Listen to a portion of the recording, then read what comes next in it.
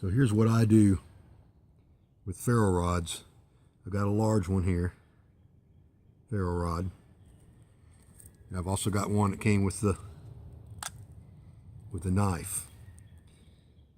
It's got some of this has protective covering on it, and you got to scrape that black covering off to get to the actual ferrocerium to create spark. In the same way with this one.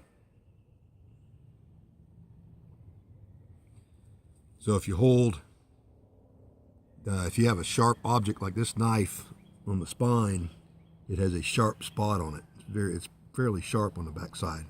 It's not dull like a lot of it's been ground down to make a sharp side, which works better.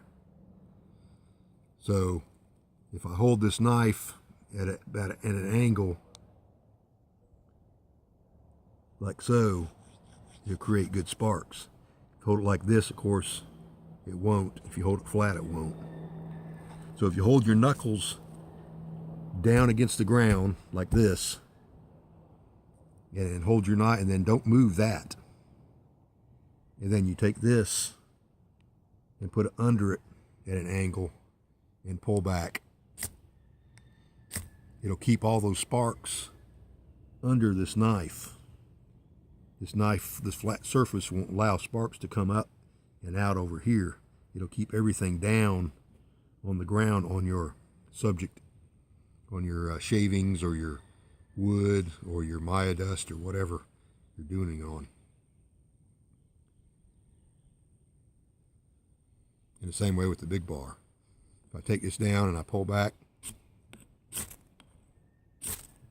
it keeps all the sparks, the flat part of this knife keeps all the sparks under the knife.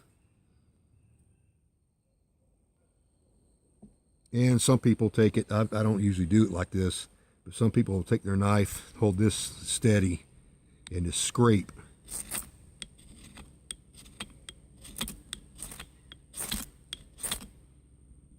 Like that, create sparks also.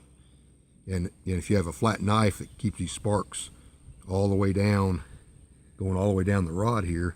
It keeps those sparks in front of your knife and throws them directly into your whatever you have there.